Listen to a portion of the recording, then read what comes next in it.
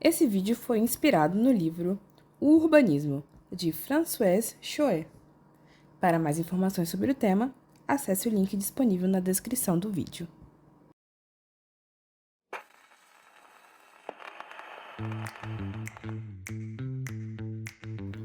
Imagine que você se encontra em algum momento entre o final do século XIX e a primeira metade do século XX.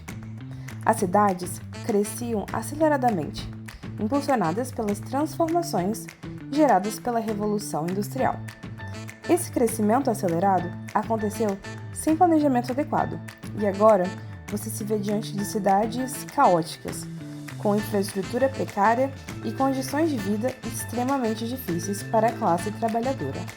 A solução? Racionalizar e organizar friamente as cidades para seu melhor funcionamento. Pelo menos, era isso que pensavam os precursores do agora chamado urbanismo progressista, que apesar de ter intenções de modernização e melhoria das cidades, trouxe uma série de problemas e falhas graves que marcaram negativamente as cidades da época. Neste cenário, o que não faltaram foram críticas a esse movimento.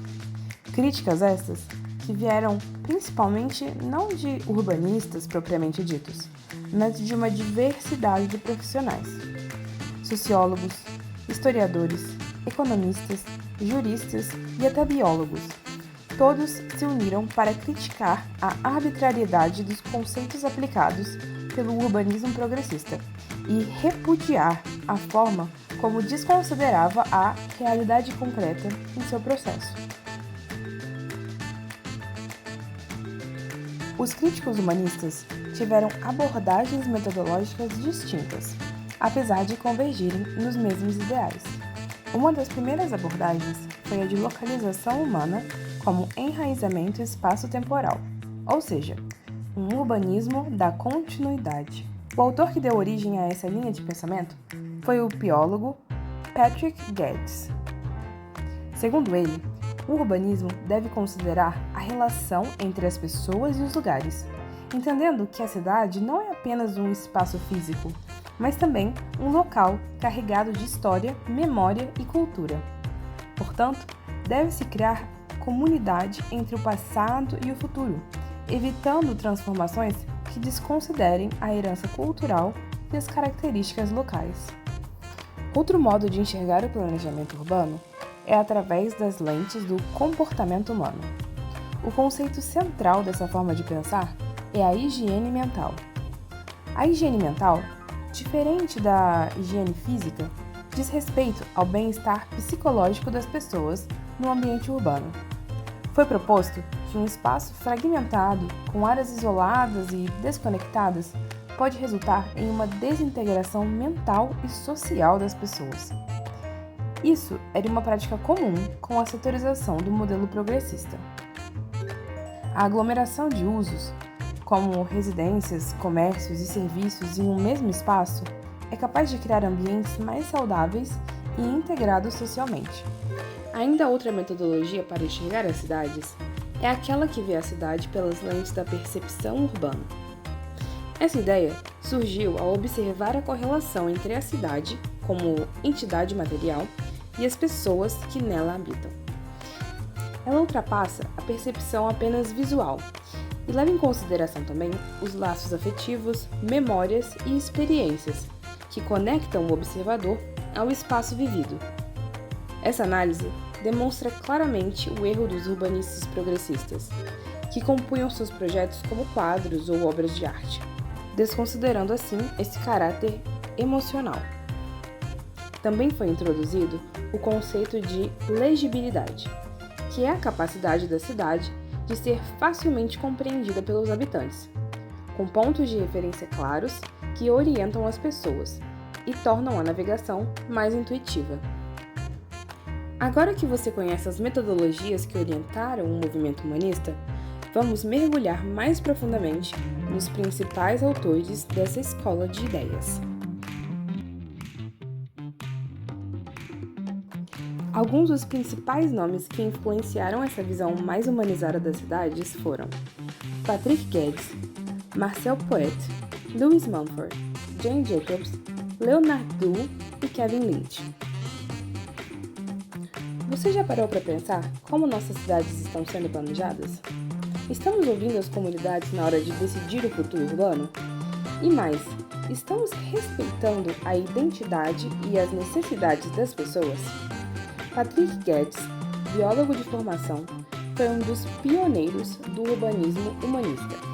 Ele defendia que o planejamento das cidades não deveria ser apenas técnico, mas também envolver as ciências sociais e naturais. Ele acreditava que as cidades precisavam crescer de maneira orgânica, respeitando as tradições locais e as necessidades das comunidades. Guedes introduziu um conceito importante, a conurbação, que descreve a interação entre cidades e seus arredores.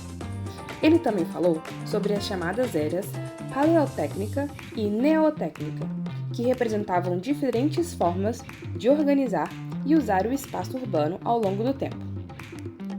Para ele, a análise histórica e geográfica de uma cidade era fundamental para entender como ela deveria evoluir. Em Edimburgo, por exemplo, ele não se limitou a estudar a cidade do ponto de vista físico, mas também social e cultural, o que influenciou muitos urbanistas a adotarem uma abordagem mais holística no seu planejamento. Agora, vamos falar de Marcel Poet. Ele via a cidade como um organismo vivo, sempre em transformação. Para Poet, o urbanismo deveria partir de uma pesquisa sociológica, entendendo profundamente os habitantes e suas necessidades. Ele acreditava que, ao conhecer as pessoas, seria possível criar cidades que preservassem a história e a identidade local, enquanto se desenvolviam. Seguindo esse pensamento, temos Lewis Mumford, que foi crítico do urbanismo industrial e da expansão suburbana. Ele acreditava que as cidades deveriam ser lugares que promovessem a integração social e o equilíbrio com a natureza. Mumford nos lembra que as cidades devem servir as pessoas e não apenas o progresso descontrolado.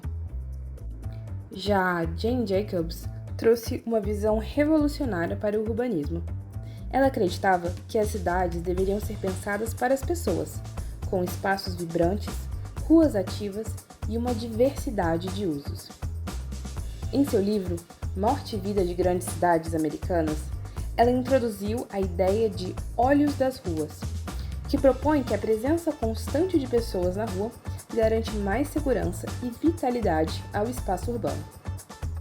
Ela argumentava que as cidades deveriam ser orgânicas, com interações naturais entre os moradores, e não planejadas de cima para baixo, sem considerar as realidades locais.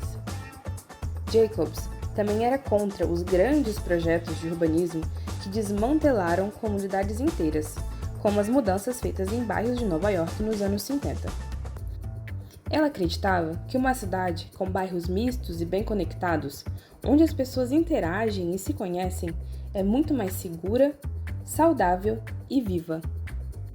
E o que dizer sobre Leonard Dewey? Psiquiatra, ele acreditava que um ambiente urbano tinha um grande impacto sobre nosso comportamento e bem-estar psicológico. Para ele, o planejamento urbano deveria criar espaços que atendem às nossas necessidades emocionais, promovendo a saúde mental e a qualidade de vida. Por último, Kevin Lynch, grande nome do planejamento urbano, acreditava que a cidade precisava ser legível, ou seja, fácil de ser compreendida e navegada. Lynch dividiu a cidade em 5 elementos essenciais: caminhos, limites, bairros, nós e pontos de referência. Ele via a legibilidade da cidade como um fator crucial para o conforto e a segurança dos seus habitantes. Para Lynch, uma cidade bem planejada deve ser intuitiva, ou seja, fácil de ser entendida pelas pessoas que nela vivem, seja um visitante ou um morador de longa data. A ideia de legibilidade ajudou a mudar muitos dos projetos urbanos modernos, onde a orientação e a acessibilidade são pensadas para facilitar a vida cotidiana. Ele também acreditava que que o planejamento urbano deveria ser visto como um processo contínuo e não algo fixo, já que a cidade está sempre mudando e se adaptando. Assim, nesse vídeo, vimos como esses grandes pensadores influenciaram o urbanismo humanista. Como ensina Xue, esses autores mostram que o urbanismo deve ser mais do que apenas construir. Ele deve respeitar a memória, a identidade local e, acima de tudo, as pessoas. Ao seguir esses princípios, podemos criar cidades mais integradas, saudáveis e significativas.